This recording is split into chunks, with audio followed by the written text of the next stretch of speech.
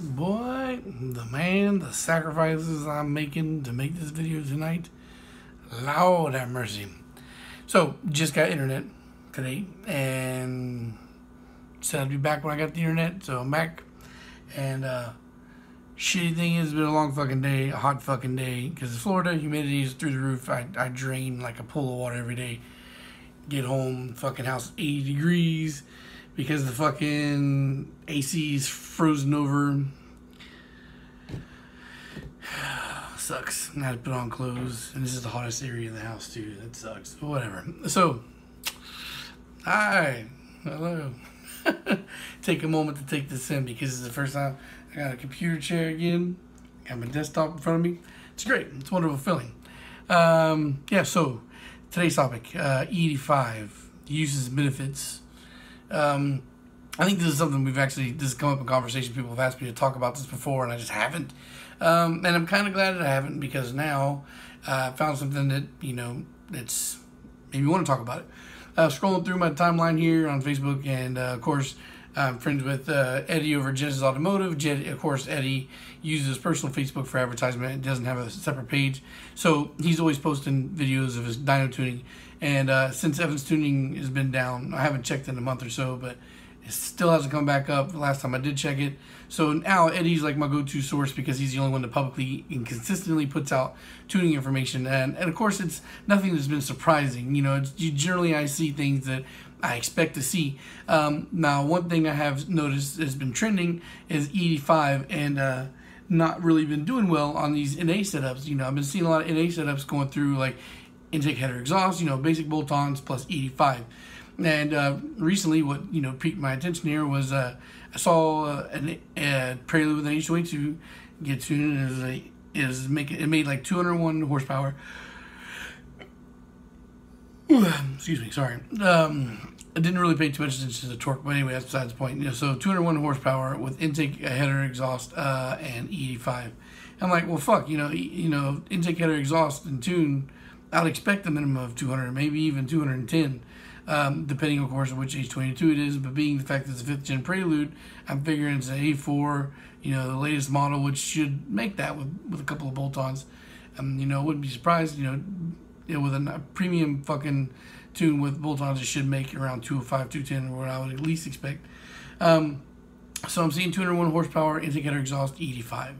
I'm like, well, fuck, dude. I'm like, so I started racking my brain, remembering every time I'm seeing him tune with E85 on these little NA setups. I'm like, yeah, I'm not really seeing any real gains. I'm not seeing any gains with the E85. I'm seeing like a B20V that's making kind of low horsepower, even for a B20V.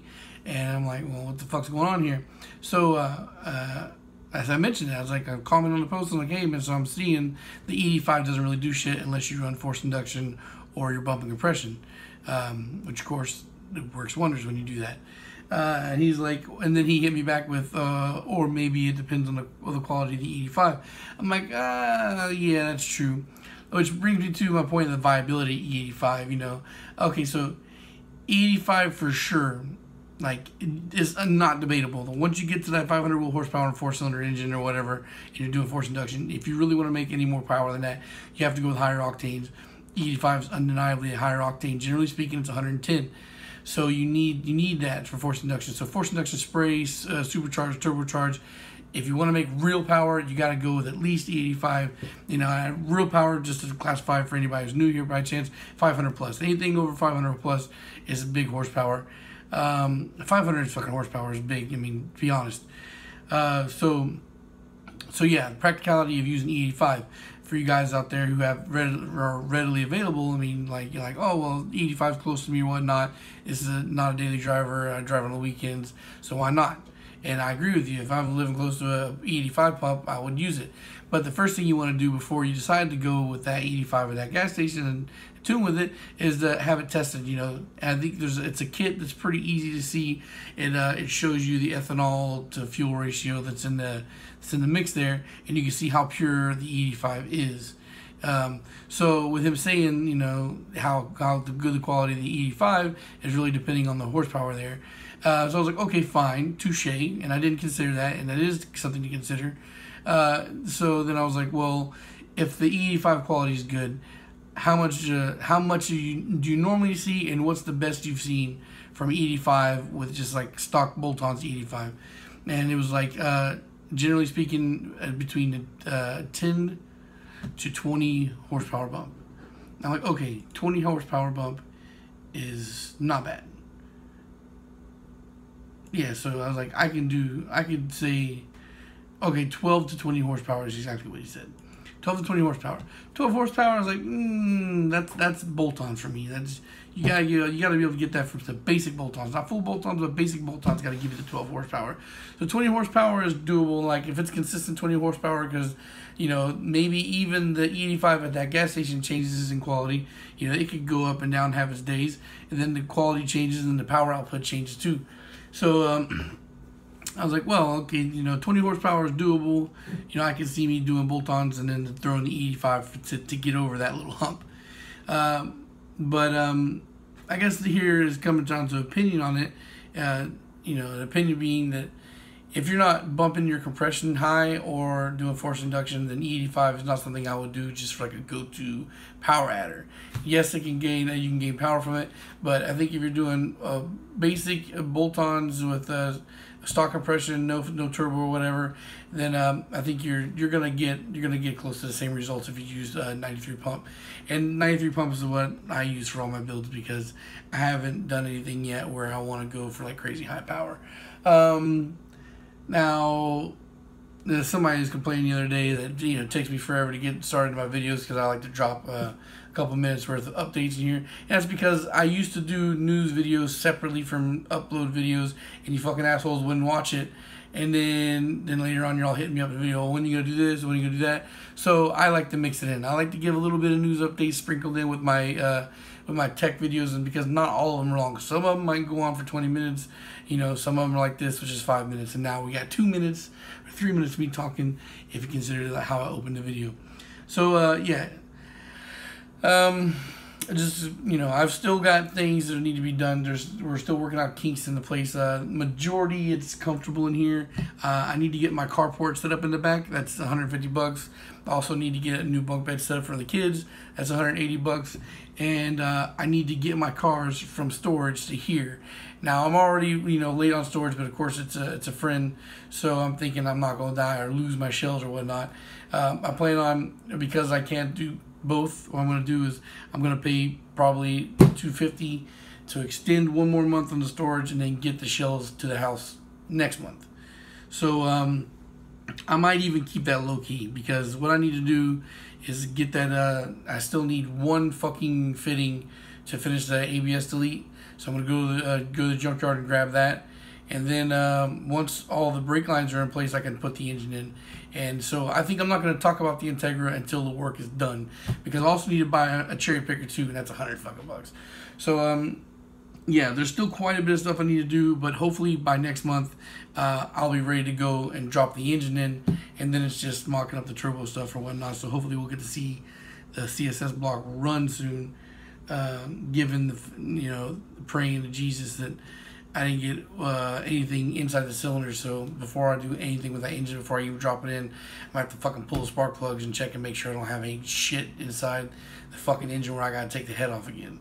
But if that's the case and it's ready to go, then hopefully sometime next month we're dropping that CSS block in, and then having it tuned somewhere in like the last quarter of the year, just because I still need to buy axles and all, and a couple other things. For the most part, everything I need to make the car run, I have. One of the last things I needed was a fuel pump, and one of you guys have, contributed to that and dropped me one. A lot of you guys have, and I haven't forgot about any of that.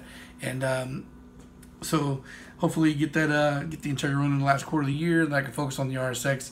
And what I'm probably going to do, to be honest, is sell one and move on to another project afterwards, because now I'm back in a place where I have engines and all that stuff, and I want to do a big K build. I haven't decided whether I want to do stock K in the RSX just to get it running, or do something special with it. But there's a lot of things I want to do, and I'm going to be starting to, once I organize things here, probably sell off a lot of parts that I don't need to hold on to and start building engines again. So hopefully we'll be going back into business, and extra money coming in from shit like that also means more projects. Alright, so I rambled half the video. If you don't like it, well, I do that frequently, so this is not the place for you. Plenty of other guys out there you can go and watch. I know that a lot of people consider me boring, and that's fine. But anyway, just to let you know, the 85, this is, for me, it was like a bonus fucking video. I can give my take on the 85 real quick.